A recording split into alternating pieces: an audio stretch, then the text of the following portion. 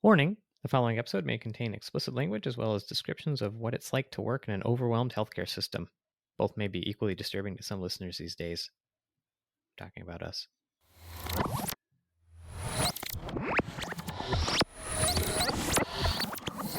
The year is 1349 and the Black Death is ravaging the population of much of Europe and its adjacent nations.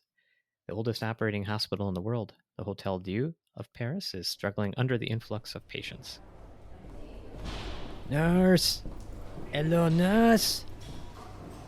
Monsieur, I told you, someone will be there when I have a moment. I'm quite busy right now, and I'm not even your nurse. Nurse! Oh, for heaven's sake, if you need something, can't you ring the bell instead of shouting? I tried that, but you rang the bell so much it broke. Well, did you then try using your agonizing screams to get your nurse's attention instead? It's getting harder to scream, though I'm quite frail. Look, can't you see we're overwhelmed? I'm trying to care for 12 patients at once. Your nurse is also overwhelmed. We don't have enough resources to go around. The monks who are in charge of this hospital keep the purse strings tight so we aren't paid much. On top of that, there's no running water. I'm 14 hours into my 28-hour shift and I haven't had a moment to go to the bathroom or eat. I know you're suffering, but so are we all, and we're doing the best we can with what we have.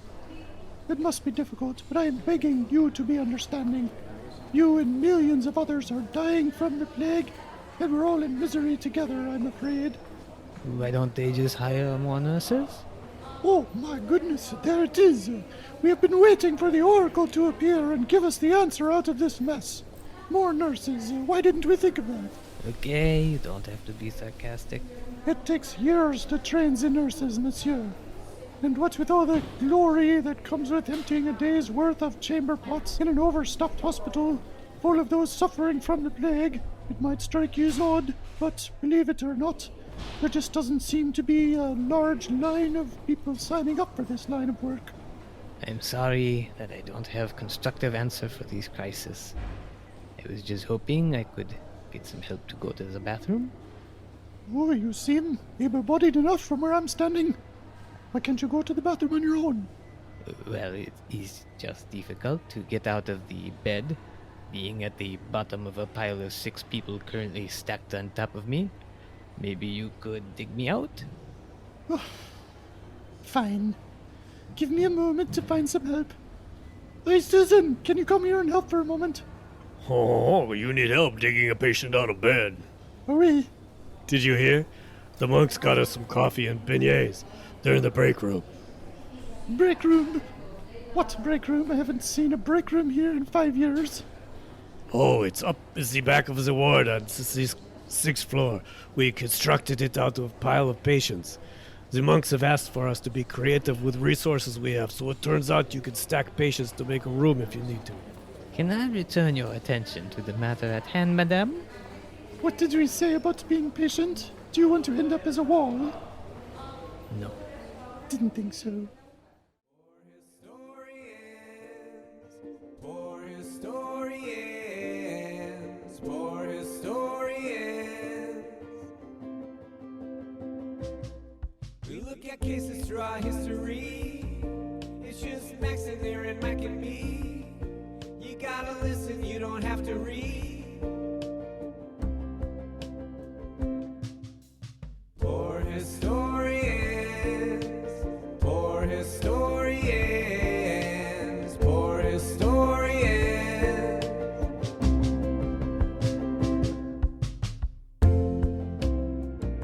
Welcome, everyone. This is Poor Historians, the podcast delving into the archives of medical history. As 3 practicing emergency physicians, we will explore the unusual ailments, treatments, physicians, and all related material having to do with the healing arts. I'm Max, and I'm joined here by my good friends and colleagues, Aaron and Mike. Gentlemen, would you say that today's episode has a few parallels to our current situation? Oh, well, I guess we'll have to wait and see, yeah? Maybe there are some commonalities. That skit sure hit close to home, though, didn't it? Right? Absolutely. It's like all the same things that people complain about now. Mm-hmm. Except being stacked under 6 people. I thought, what do you mean skit?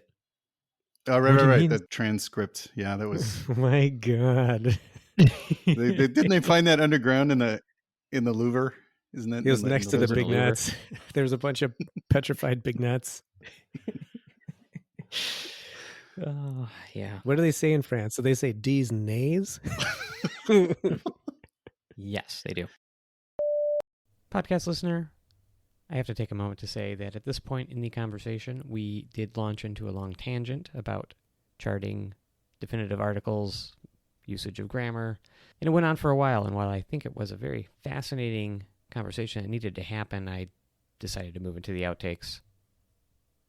So let's return to what we were doing. Let's return to the scheduled broadcast. I don't know that it's scheduled. It's whenever you listen to it, really. Before we get started, I'd like to take a moment to remind everyone that this podcast is for informational purposes only. It is not intended to provide medical advice and exists only to entertain. Go get your CME elsewhere. And with that giant discussion on charting, definitely move to the back of the episode. Let's go to our main topic. I think this episode's going to be it's going to be a doozy. Yeah, so like we talked about a little bit in the beginning, just a crazy time in medicine right now for all of us. Overcrowding, we don't have enough beds for patients. It was quite shocking to see mass graves earlier in the COVID pandemic. It does feel like people are scared to be admitted to the hospital, afraid they'll get sick. With a fraying social safety net, it feels like we're seeing a lot of people that just don't have anywhere else to go. And we end up feeling like we're having to solve problems that we weren't meant to solve. And then the staff feel really stretched, and it doesn't feel like there's enough of us. We sort of touched on all that. I think that's very common. But when I say all those things, what time period are you thinking of? I mean, we're all thinking that we feel this right now. I do feel this right now. Yeah. Don't tell me what I can and cannot think. Oh, no, I heartily endorse that you can feel this. You don't validate me, Aaron. I endorse your feelings as well. But all of this applied to the Black Death or cholera or just any number of pandemics. And it turns out random medieval life at the oldest hospital in the world. Sorry, let me amend that. The oldest currently operating hospital in the world, the Hotel Dieu in Paris. And I have family members that speak French. Don't correct me. I know I'm doing it wrong. That is our subject today. Do you think they're going to like your accent or not? Oh, they're going to hate it. It's so wrong that they might even, I don't know if they'll make it through that first. We should have done another disclaimer on the accent, I think. Yes. And what other pandemics are you referring to? Was it COVID 1587? It's so many, cholera, Black Death, there's routine pandemics. But yeah, so I thought, just to go through the history of this, we got a ghost story in here, which I picked out of many, an urban legend from Paris that I thought was great. There is labor exploitation, there's overcrowding, there's provider shortages, there's public graveyards, there's fires, there's rebuilding, there's final eventual progress. But really stood out as, the commonalities between then and now. So to go back, the Hotel Dieu, people think, first off, again, rabbit hole, but many hospitals were called that, but this is the one in Paris. They were called Hotel? Hotel Dieu, right? So the word hotel in French, I think, has a little bit, you could say hotel, but it also could mean hostel or common building or something like that. So it's not a direct translation. Oh my God. Is the word motel then, does that mean like American hotel? And if it's Dieu, does that mean there's a first one? Like it's the second hotel? No, Dieu, like God. Oh, Dieu. Dieu, no, D-I-E-U, like Hotel Dieu. So my accent's so bad, but like basically God's hospital, right? God's hotel would be one way to potentially translate it. Better have nice accoutrements. It's accoutrements. Yeah, they did. 651, only 3 numbers in that date. During the reign of Charlemagne. It's just old. Charlemagne the God? Isn't that a rapper? That's a rapper, right? So you said this place was established in 651? Yeah. 600, the year 605-1? Yeah, 651 only. I mean, it's AD or BCE or whatever you want to call it. Wait, when was it in relation to the Battle of Yavin? Do we have a date for the Battle of Yavin? That's a long time ago, and it was really far away. Not a lot of great documentation because it's so damn old, but the hospital was built, then rebuilt, and then remodeled right next to the Notre Dame Cathedral and is still in that same neighborhood. There's a close relationship between God's Hotel and the church, and it was run by nuns for literally over 1,000 years, while the monks watched the donations and kept the books. Which, I think interesting how they set it up that way. Conditions were maybe a touch below what our current patients would consider sufficient. By the high Middle Ages, which maybe I got that wrong. Again, if we have any medieval scholars that listen, we'd love to hear a discussion about the Middle Ages, but had over 1,000 beds, which is big, right? Huge. It is a lot. So a lot of modern hospitals, for scale, I mean, I think, 200 to 400 beds, a 400 or 500 bed hospital right now is huge. The biggest hospital in the world currently has, I think, almost 10,000 beds, but that's over in China. Yeah, I know. But there are some Asian hospitals that are quite massive, but that's like, those are like little cities, but still 1,000 beds. Probably not private rooms. Yeah, because it would routinely house 3,000 patients at least. So, well, how does that work then, Aaron? Yeah, they would put multiple patients in the same bed. Aw. Yeah, you'd have but maybe the people back then were 3 times as small as we are today, or a third the size. Probably were quite a bit smaller, but I still don't know if spooning was a therapy that they felt made them feel better. Nurses had to train sometimes for 12 years or more to be independent, and the staffing was strictly controlled by the monks to avoid cost overruns. So I'm not even sure what the patient ratio was, but up until the 16 and 1700s, there were only 8 doctors for the whole hospital. Hold on. It's what, 3,000 patients for 8 doctors? Yep. I mean, in fairness, back in that time, I don't know if you can call what they did truly medicine, other than it's probably safer for the patients that the doctors only got to see them every once in a while. I was going to make that point. There's only so many emollients you can put on somebody. Yeah. Right, exactly. Nurses started their day at about 5 in the morning and worked the night shift was at 7 routinely. So I guess the night shift was maybe a little shorter, but definitely worse. I mean, there weren't lights. So take a minute for the nurses here. They ran the whole damn thing. Nursing care had become more of a valued pursuit during the Crusades, from what I'm reading, around the same time, because there was a lot of need, and there was therefore a lot of people that needed, bandages and were banged up and beat up because they were traveling over the world doing terrible things and getting hurt in the process. And there really wasn't that much medicine to do. So nursing was sort of the bedrock of the profession of medicine, or organized medicine, at the start in Europe. The hospital, or especially hospital medicine, we'll say. So it started as a space for all the sick and poor of the Dark Ages that couldn't afford their own care, which, given the times, was almost everyone. Keeping in mind at that time, let's see, when it was founded, average life expectancy was somewhere in the 20s. Did they develop money by this time? Oh, that's a great question. I think there was money. Mm-hmm. Yeah. Okay. Nobody had any of it, but yeah, fair. I don't think they had credit. You couldn't, no HSAs, definitely no janitorial staff. So yeah, nothing. Think of all the other people in a modern hospital that make it run. None of that. So the nurses did the laundry, they did the cleaning, they did all that stuff. There was this giant linen room in the basement of the old hotel, and they would have sort of 2 cycles generally of washing that the nurses had to do. There was a little wash for people that were sick, like daily, and then a great wash of the linens every 6 weeks. So every 6 weeks, they just take all the linens out of the hospital and wash them and then put them back, which sounds bad enough on its own, but they had to do that like in the river that goes through the middle of Paris. So they actually had to take all the linens down to the river and wash them and then put them back. Winter or summer. So the nurses would just haul all these giant bundles of linen and break the ice to put the linen in the river and then wring it out. And if it was summertime and it was low, they'd have to walk through the mud to wash it and then bring it back. I don't know. I don't think this worked very well. It just doesn't sound like it would. I don't think, even with modern marvels and technology, I don't know that their jobs have gotten much easier. Yeah, right. Well, and I say there's no janitorial staff. How many people listening to this podcast have seen a nurse clean a room within the last week? I would bet close to 100%. Mm-hmm. Again, bathrooms in the rooms. Lots of times our patients today love when they have their own bathroom, or there weren't any bathrooms in the hospital. The night shift, that was the job of the night shift, which all the night shift people are probably nodding right now that this would definitely be left for them by the day shift, that they were the ones to walk the patients out at around 7 to sort of walk these people out to the latrines for toileting.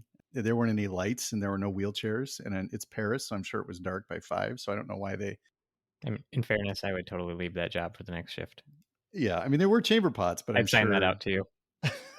they could. Yeah. So hopefully they stock the carts. So the 14 patients in room 7 have to all go to the bathroom. So during plagues, this 3,000, that was like the non-surge time of the hospital. That was just normal. During plagues, they would fill up, and it was not unknown at all to have up to 6 patients in a bed. And what they do is they would put the heads and feet at opposite ends so the patients would fit, which I don't know how that's necessarily better. I mean, I feel like you need 2 rows. You need to stack one row on the other row. No, I was actually going to say foot to face when you were talking about the 3 people in the bed before. It kind of makes sense. Well, hold on, but if you need to get 6 people in the bed, are they like all on their sides, foot to head? Like they're all laying on a shoulder? Yeah, they have to lay on the side. Oh, man. Oof. Yeah, it's great when you can sort of allude to a horror movie and it doesn't sound that much worse than what it actually was. Mm-hmm. The maternity ward was obviously super busy. I don't know. I didn't read about chainsaws, but callback. Yeah, right. Very busy, very busy. But then, so not only was there this bustling maternity ward, but then there was also an option of just leaving your baby at the hospital if you were unable to care for it. So it doubled as an orphanage because of rules at the time. The hospital was obliged to provide 7 years of care for any orphan that was abandoned to them, and women would just give up the babies if they weren't able to care for them, which is probably pretty common at the time if they were that sick anyway, or that poor. And so what they do is they would use the not so sick patients to watch the orphans. Look, a lot of background checks. Credit where it's due. If you're stacking 6 people into one bed and you've got somebody who is not stackable but able-bodied and apparently well enough to become free labor, might as well put them to use. Yeah, there's a lot of free labor here. Watch those kids. Make sure they stay in that room. How hard could that be? Yeah. Shocking that maternal mortality was incredibly high. Although in that environment, they did get what accounted for special treatment. So mothers that had just delivered were kept for 3 weeks on a diet of meat and fish. So there was, definitely food services. That sounds like a bonus for the time. Is that a bonus? Yeah, that was considered a bonus. Yeah. Okay. Some sort of there's this whole thing too with wet nurses, and healthy patients would also sometimes be used as wet nurses because of the maternal mortality. Some of the orphans, had to be fed. I mean, there's this whole system that they used. Basically, they're all trying to help each other in this crazy place. The hospital took the full brunt of the Black Death in the 1300s, and there are reports of staff staying despite the whole city emptying to care for patients. And some of the texts are, also look familiar and quite heroic. So there's all these discussions of the nurses just taking on the endless, needy, sick, stinky, horrible, dying people without complaint. And you don't know that the people who are dying were horrible, Aaron. You're just passing a judgment. Well, probably a lot of good people. Yes, you know what? I didn't mean horrible as a comment on their personality. I meant if you're dying of the Black Death, it was probably a horrible scene. Let's say that. Yeah, that's fair. I didn't want you to get disparaged by any of our listeners. I was not trying to patient shame there. Definitely not. Okay, good. I should dig out of this one. Further callback, there was also a massive graveyard nearby. So they would just, load the dead into carts. There's discussions of how they would stack them directionally, and the smaller patients would go at the bottom and in between the others. And the carts then would go back and forth in a very Monty Python-esque fashion multiple times per day into just a large unmarked grave, which, true to form, as soon as the night fell, would often be raided for anatomy specimens. Another callback. Even back then? In the 500s? Yeah, so I'm talking about in general. If we get to over time. This time period spreads over the 651 was back then, but this is usually more. It lasted this way for hundreds of years. So once anatomy started in the 1500s, then yes. And then, before they died, if people weren't claimed, the stuff would get sold off to pay for the hospital expenses. So practical, dark, but practical. Yeah. They're not going to use it, and if nobody's claiming it.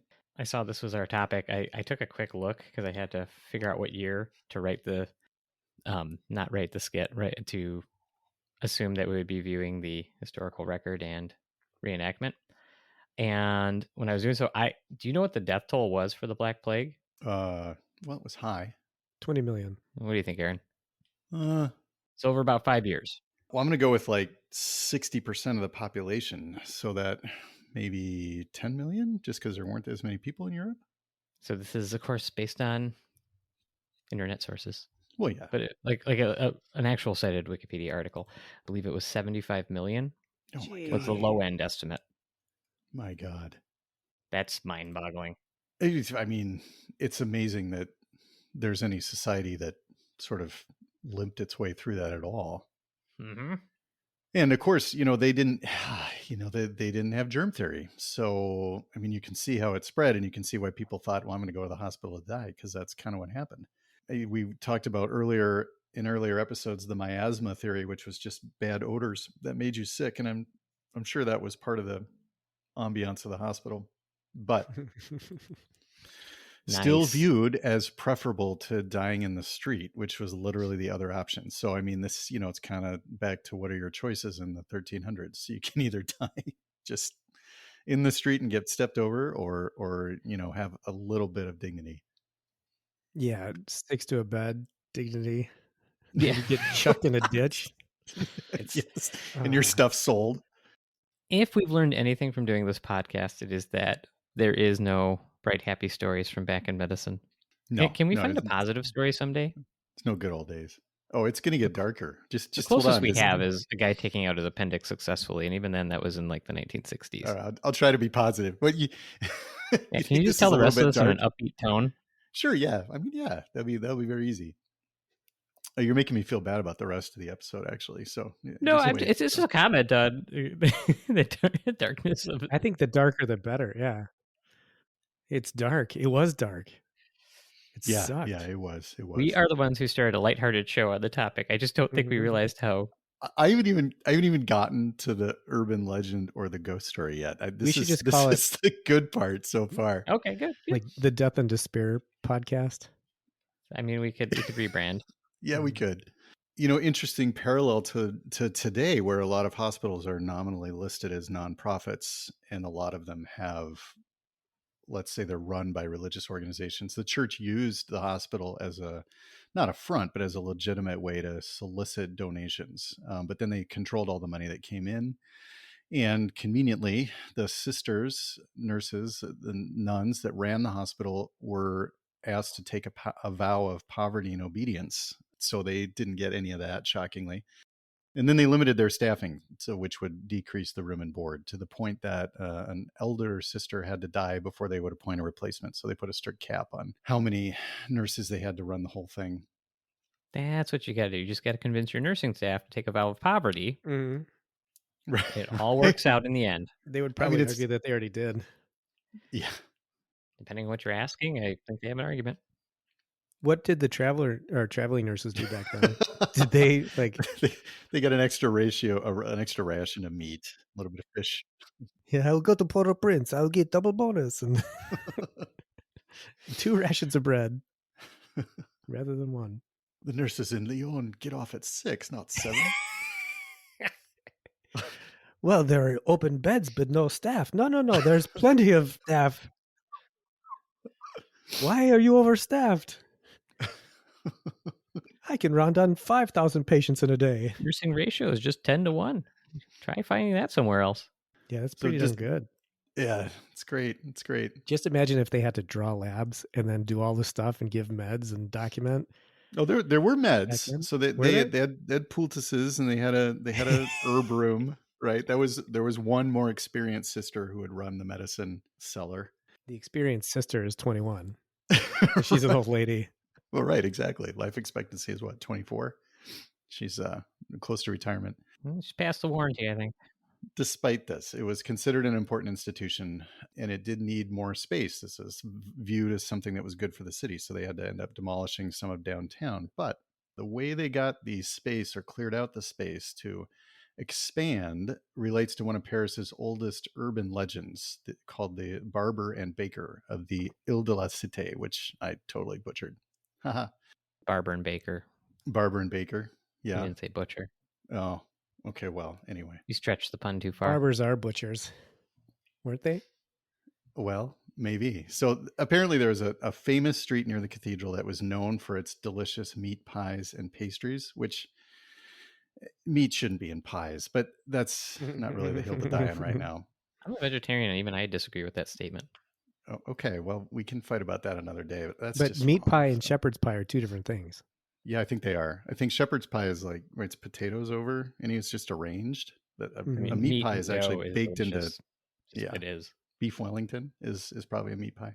Anyway, people loved it. They said, "Oh, it's the best meat pies in all of France," and they came from all around, or all of Paris at least.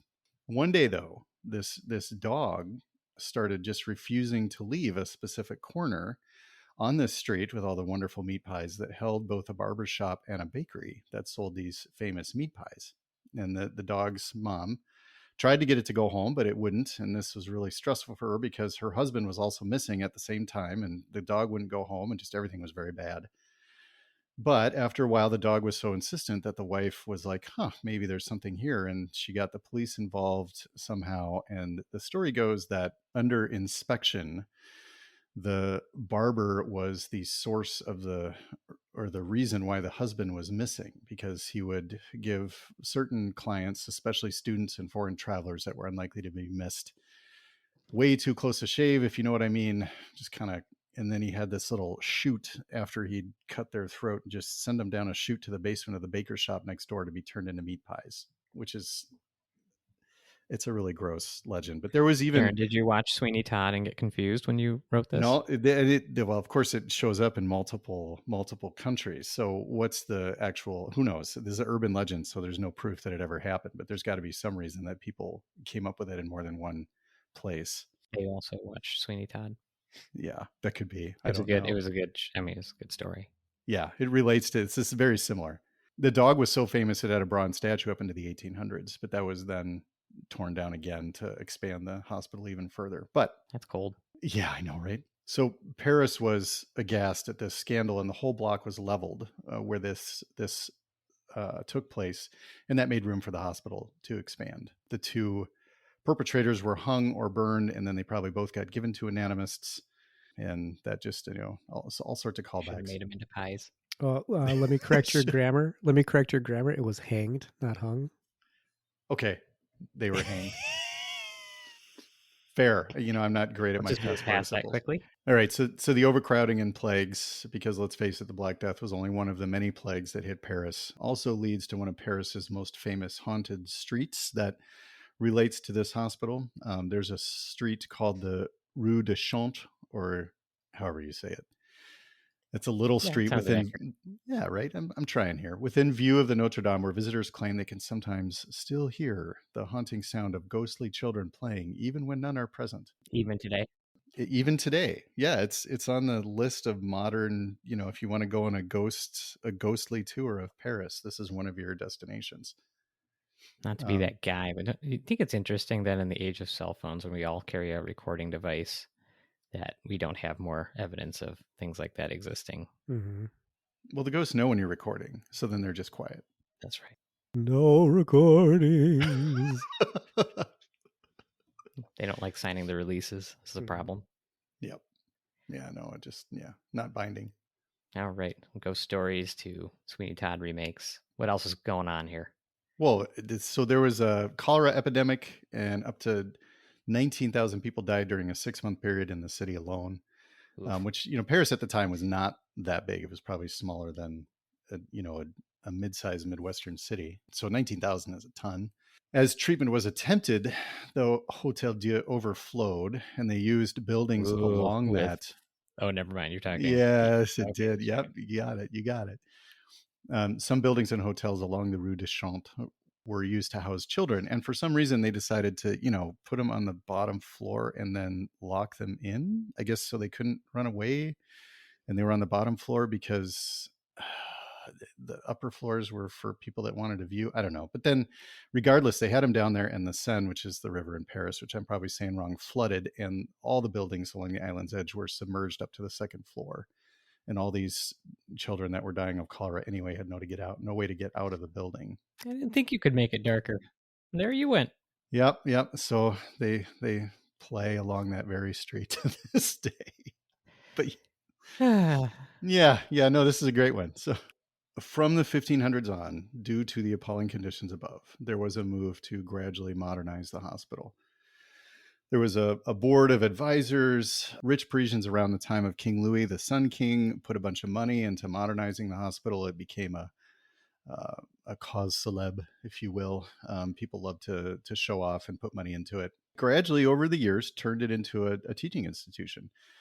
Brought both surgeons and barbers into the fold, as well as many doctors. They were different at the time, and slowly developed a reputation as one of the leading hospitals in Europe. So, they fixed it. In fact, it became the early seat of evidence-based medicine and the home of the precursor to the randomized controlled trial, which they used to test the efficacy of leeches for pneumonia. Yeah. So this was a really interesting sort of later story. So Francois Broussais, very famous physician who lived in the 1700s until about 1832, right around the time of the French Revolution.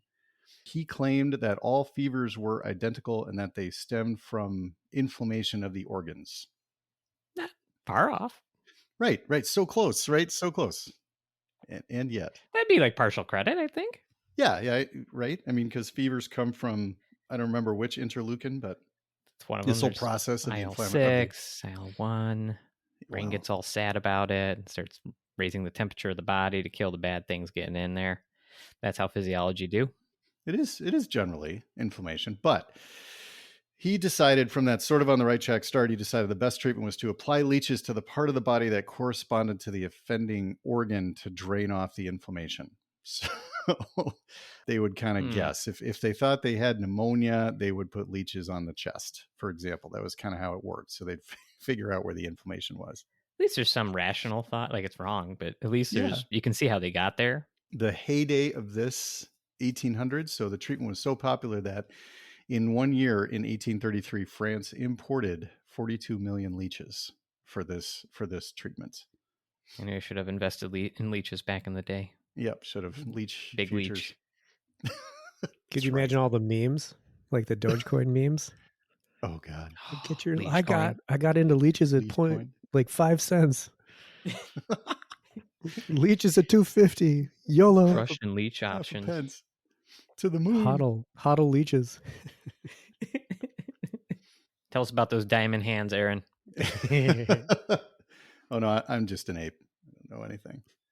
Nice. That's a big brain comment. One of the distinguished faculty at the Hotel Dieu, who also worked at an even more public hospital in Paris, La Charité, I guess, there was another one that closed that wasn't quite as downtrodden as the Hotel Dieu, thought that maybe the leeches were a bit questionable. So around the year 1823, Pierre Charles Alexandre Louis, the son of a humble wine merchant, having spent 7 unpaid years studying by autopsy and the general medical internship idea, for years applied what was called a numerical method to test whether or not a treatment worked by comparing different groups of patients. So this was, we do this now. We compare different groups of patients and use that broadly to decide what treatments work. But at the time, he received a huge amount of flack for this whole idea. They were saying all fevers were the same, but the patients were not. How could you compare one patient to the other? The doctors at the time were saying this is all madness. But he is nonetheless regarded as one of the fathers of evidence-based medicine. And so he decided to test the leeches. He collected... Good thing is, though, nowadays, whenever somebody comes up with a new treatment, theoretical concept, there's never any conflict. There's never any contention. Everybody is on board and eager to try and adopt new things and change their practice accordingly when the evidence is overwhelming. I'm glad we've moved on. Yeah, we've definitely moved on from the Dark Ages. But I wonder, and we've covered this enough to know that there were feuds and different, I guess ideologies and thoughts about things. But just imagine if, like, he would write this study, and then he would post it to like Le Facebook, and then you had the, like the cobbler who was like, "Oh, I disagree. I read this study." It was like mainly in scientific hands back then. It's all about it is actually about the platform, I think, a fair amount. Yeah. But even we know, I mean, there will be new approaches to treatment of XYZ condition, and you can have an awesome study that shows obviously it seems to be the right thing to do. And medicine generally is slow to adopt concepts. I think it's every time there's a new obviously practice changing concept with strong evidence base, it still takes about 10 years for it to trickle down to common practice. Well, and think about us too. Like, I feel like it changes so much, so frequently now. Like the sepsis score, like I didn't have a sepsis score when I went through training, and then they're just like, well, now you use the sepsis score. Like it's a complete change in practice. It changes all the time. Well, and COVID has been, it's been things that have changed sometimes on the order of weeks. Yeah. That when it starts, you're like, intubate him right away, and then 3 weeks later they're like, don't intubate him. Mm-hmm. So I mean, yeah, it's pretty crazy. Well, that was when especially for like a listener who may not be in the medical field, that was something that was very odd, because when COVID started and we had nothing to go on other than just reports, word of mouth coming from places like Italy and China and things. And so the problem was although we knew roughly, we knew we were dealing with a virus, we had no standardized treatment for it. And so this led to, and actually in retrospect, pretty incredible collaboration. I mean, through things like social media, Facebook, we were able to talk to physicians who were taking care of people and basically do our best to figure out better approaches to like the low oxygen levels and those things almost real time, because you didn't have much to draw off of. And so it's I will say, of everything we all went through and are still going through, that was one of the strangest times, because everything we have done since I graduated residency and learned everything I could to that point, there was always a big foundation for it. A lot of people had done stuff before. So that was like the first time, at least in my career, which is certainly on the younger side, that we're really unsure. Yeah. In using the same principles though, right? So, I mean, that's kind of what we were trying to do, but it was just so rapid. But so, I mean, it's almost kind of similar to what Dr. Louis did, right? I mean, in some ways. So he gathered 77 patients, which is a big number at the time. I mean, you don't really know probably statistically how many you need at that time, because the math is not even well developed. Sure. They were all healthy before, and then he divided them into groups that either got leeches early during days 1 to 4 or late, which was days 5 to 9, and he just divided them. And he found that patients that had leeches early had a shorter duration of illness, but they also had a staggeringly increased rate of death. So 44% that had early leeches died compared to 25% with late leeches. So he concluded that leeches were only good for severe disease. So I'm not sure. Yeah. Hey, look, you got to start somewhere. Yes. Yeah, right. So he's with no germ close. Theory. So close. Yeah. Hey, there was an attempt. That is legit attempt. I'm not going to be mad about that. Yeah, he was a self-trained mathematician too. So, I mean, statistics the way we have them now, where you just go learn the right way to do things, I mean, it didn't exist. So he built an abacus when he was 5. Did you see that? I did not. I just made it up. Okay. Well, it sounded real. This place, the Hotel Dieu, still a complex mystery. Its foundations are spread across the whole center island of Paris. The lowest level that was established in the 600s is now one wall of a police parking garage. The huge graveyard is gone. I have no idea what's built over it. I almost don't want to know. The catacombs that exist underneath the island and throughout Paris are full of untold dead from the multiple plagues, and especially the Black Death. But I mean, it's just an amazing place in the world. It's survived almost 1,500 years of history, only to potentially finally close as a hospital.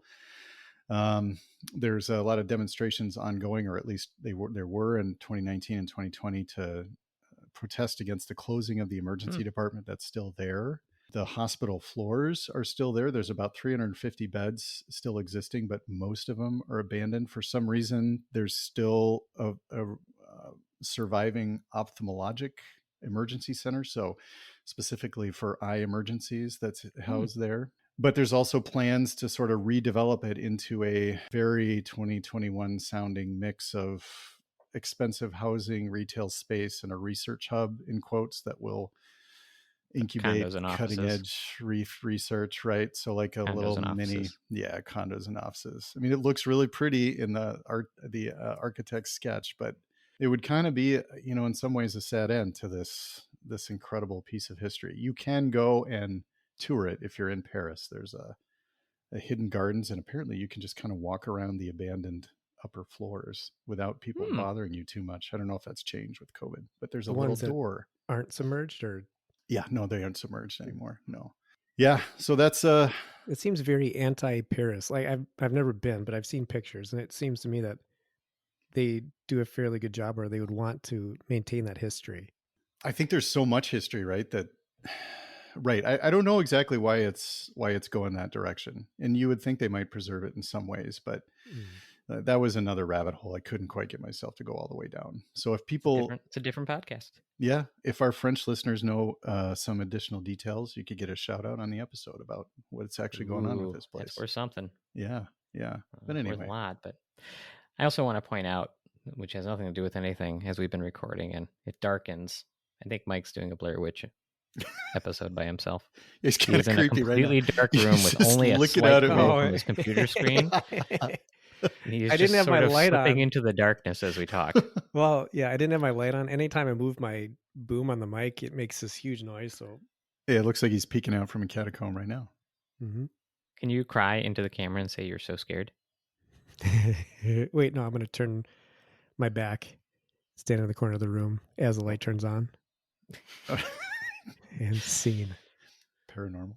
So I do have to point out to all our listeners who are anxiously awaiting the second skit with bated breath, it is my fault. I went on too long with all this history, and it just was too long to include a second skit. I'm really sorry, everybody. I think if we didn't have the messy argument for 15 minutes about the definitive article, we might have been able to fit a skit in here. But wait, is that beyond going in that, the front or the back? Well, that's the quality content we know everybody comes here for. That we know. And that's all we have for today. We appreciate everyone listening, and we'd love to hear from all of you out there. If you'd like to send us a message or provide feedback, we can be reached through our website, www.poorhistorianspod.com. There you will find links to our social media sites. We do take emails at poorhistorianspod@gmail.com, and we do work to respond to all the posts on the various social media accounts. If you are old-fashioned, go ahead and call Aaron at his home number between the hours of 4 and 6 p.m. most nights. What? His number is area code. You're making fun of me doxing everybody else. Don't worry, I'll probably remember to edit that out, Aaron. And until next time. Next time what? I don't know. We don't have a catchphrase. You guys haven't come up with one. I was told, yeah, I'll work. Okay, you haven't come up with one that we can use Mm. that is not these nuts. Let me see. Adieu. Adieu. That's perfect.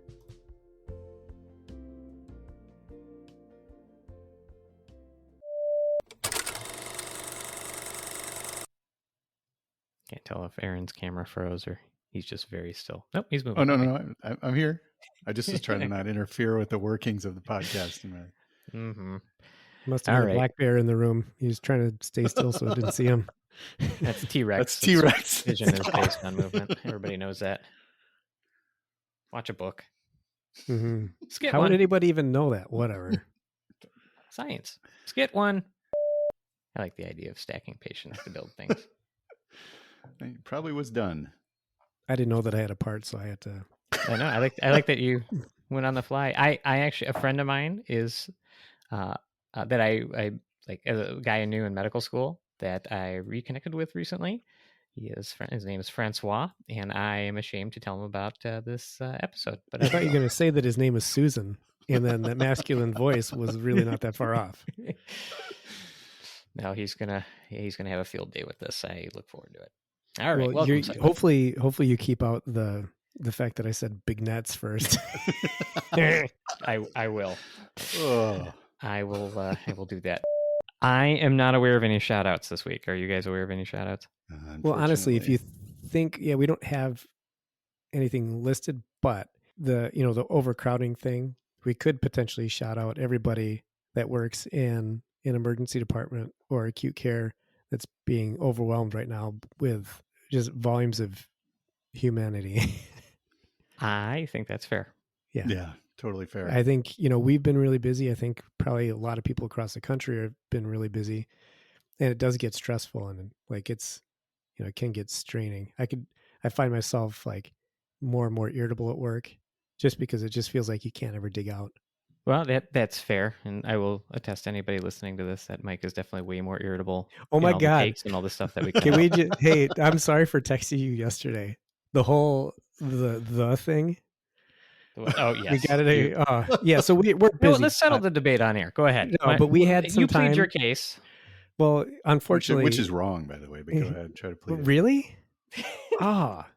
Wait, you're just saying it's wrong because it's me. Well, go ahead. Say what, No, say so what yeah, you thought was so the it's right busy. way to say This is things. an unofficial shout out to our colleague, Christine. Yeah. So it was busy day. So, I mean, we've been busy, but then we had some downtime, and it was like a couple days ago, I had to co-sign a chart, and within the text of the chart, the provider had documented patient. So every time somebody was talking about the patient or referring to the patient in the chart, it just said patient, not the patient. Mm-hmm. So it's patient. I'm reading it, and the way we document is in prose. We document as if you're reading a book. And I'm reading this. I just thought this just doesn't look right. And I'm co-signing that chart. It's my medical chart, essentially. At the end of the day, I'm responsible for the information within it. So then I wasn't going to do it, but I was like, just can you change it to the? It just doesn't sound right. And I caught so much, and I was like joking around. Like one of the other providers, I sent a message, and I was like, "Thank you for correcting the chart. Now it sounds like you're a native English speaker." Well, actually, I didn't realize. I thought you were on the other end of that argument. So No. I take back what I said before. Like you're completely correct. I don't. I got so much grief. I, meanwhile, am getting text messages initially from both of our us. colleague, and then later from Mike.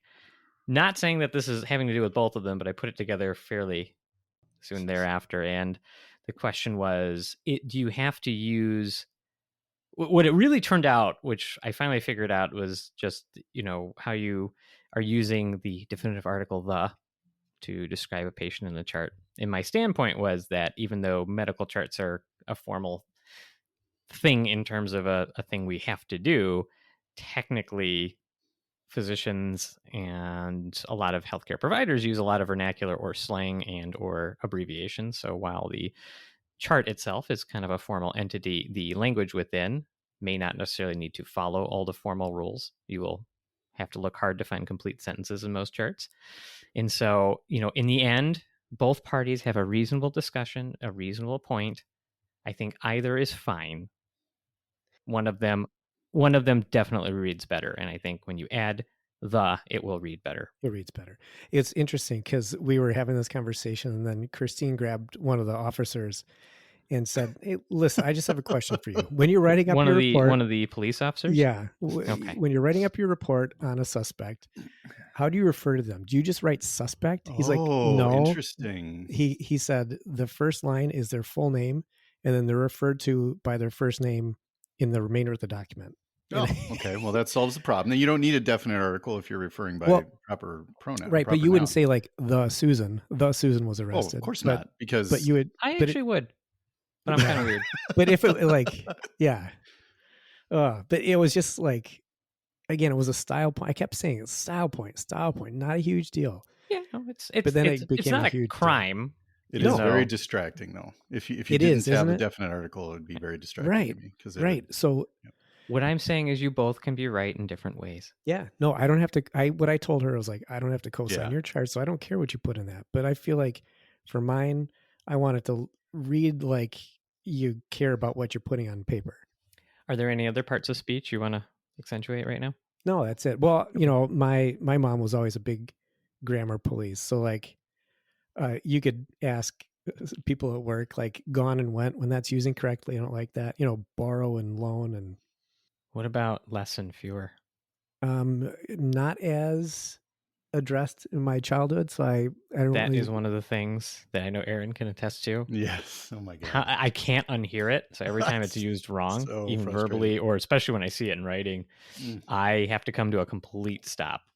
So if you say like, I couldn't care fewer, that's the way you say it, right?